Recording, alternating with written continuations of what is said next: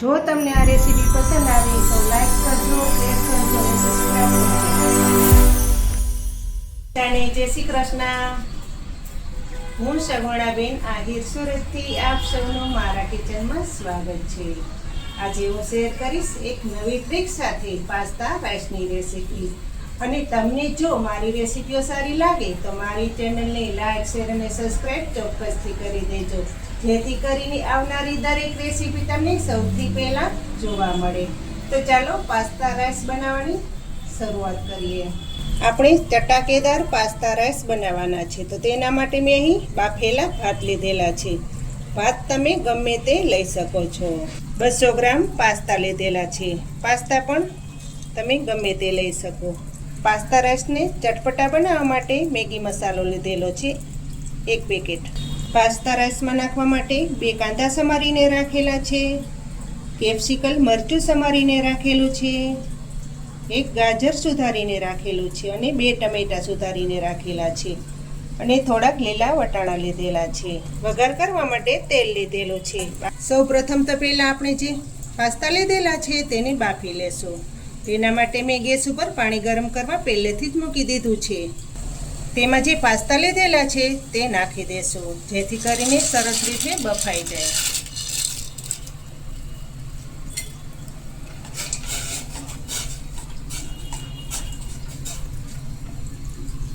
બાફવામાં આપણે અડધી ચમચી નમક નાખી દેશું.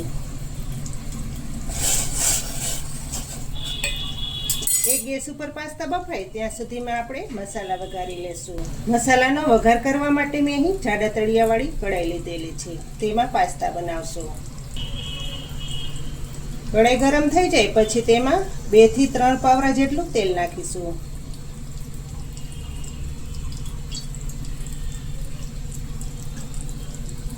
તેલને ગરમ થવા દઈશું.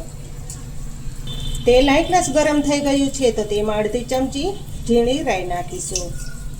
હંમેશા ઝીણી રાઈનો જ ઉપયોગ કરવાનો.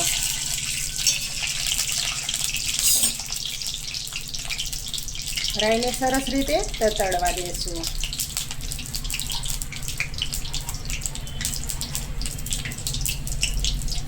રાઈ સરસ ફૂટી ગઈ છે તો તેમાં અડધી ચમચી આખું જીરું નાખશું.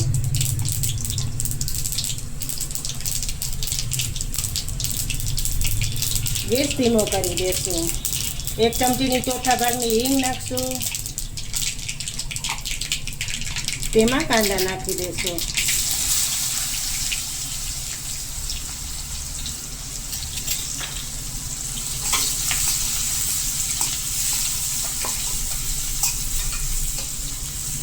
કાંદાનો કલર એકદમ ગોલ્ડન બ્રાઉન થઈ જાય ત્યાં સુધી કાંદાને બાફવા દેશું, કાંદાને ચડવા દેશું,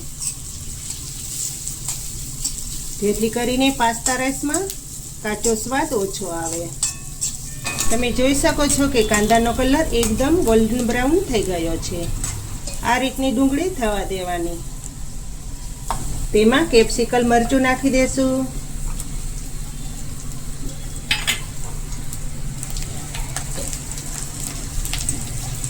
આ પાસ્તા રાઈસ તમે ગમે ત્યારે બનાવીને ખાઈ શકો છો. બધાને ખૂબ જ ખાવાની મજા આવે છે. તેમાં થોડુંક તીખું મરચું નાખી દેશું સમારેલું.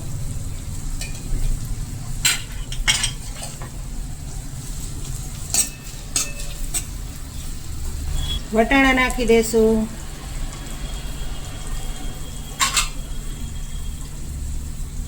ગાજર સમારીને રાખેલું છે તે પણ સાથે નાખી દેશું. આ બધી વસ્તુને સરસ રીતે પાકવા દેશું.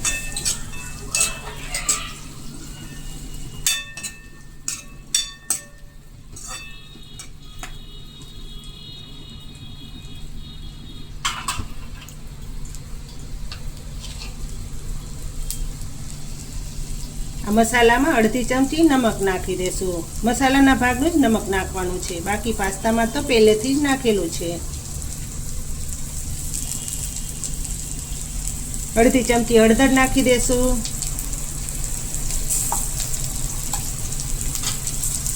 1 ચમચી ધાણા જીરાનો પાવડર નાખશું.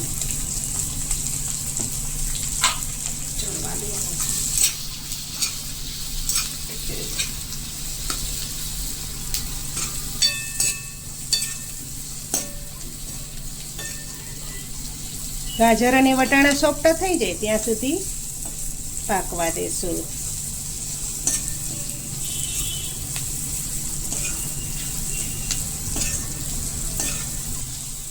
બધી વસ્તુ હાઈ ક્લાસ પાકી ગઈ છે.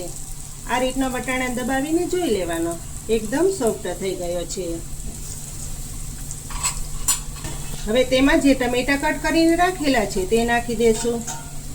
ટમેટા હંમેશા પાછળથી નાખવાના. જો પહેલા નાખી દેશું તો મસાલાને પાકતા વાર લાગશે.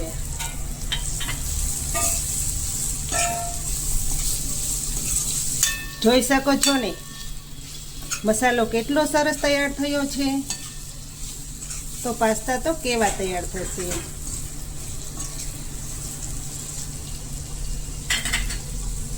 હવે તેમાં મેગી મસાલો નાખી દેશું.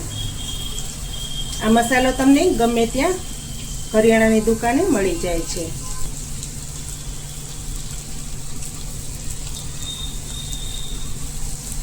બીજા કોઈ મસાલા નાખવાના નથી.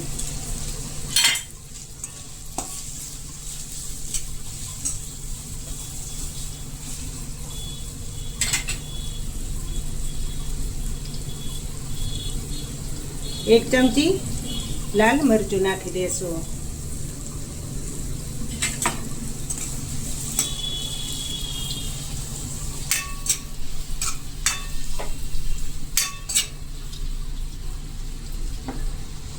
મસાલા એક ગ્લાસ પાકી ગયા છે તો તેમાં બાફેલા ભાત નાખી દેશું.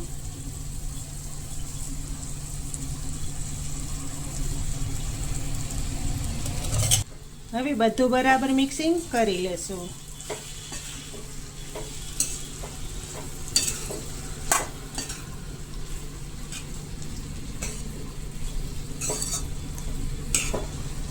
આ પાસ્તા તમે બાળકોને લંચમાં પણ આપી શકો. પાસ્તા પણ સરસ રીતે બફાઈ ગયા છે. આ રીતના થવા દેવાના.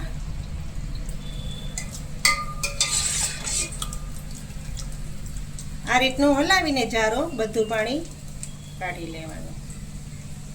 હવે આ પાસ્તાને આપણે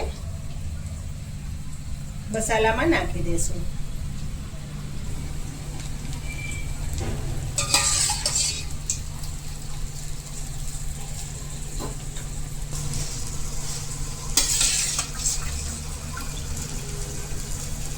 પાસ્તા બે જાતના આવે છે. તમે ગમે તે પાસ્તાનો ઉપયોગ કરી શકો.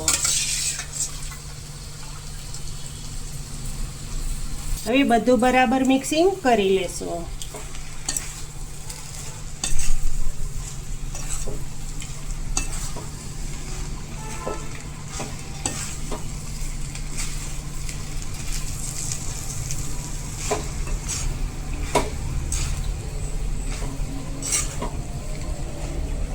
આ પાસ્તા રાઈસ બાળકોને તો ખૂબ જ ભાવે છે.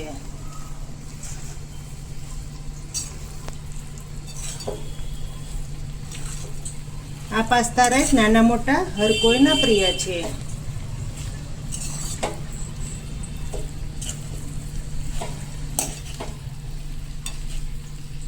તો પાસ્તા રાઈસ રેડી થઈ ગયા છે. તો હવે ગેસ બંધ કરી દેશું અને ગરમા ગરમ પાસ્તાને સર્વ કરશું.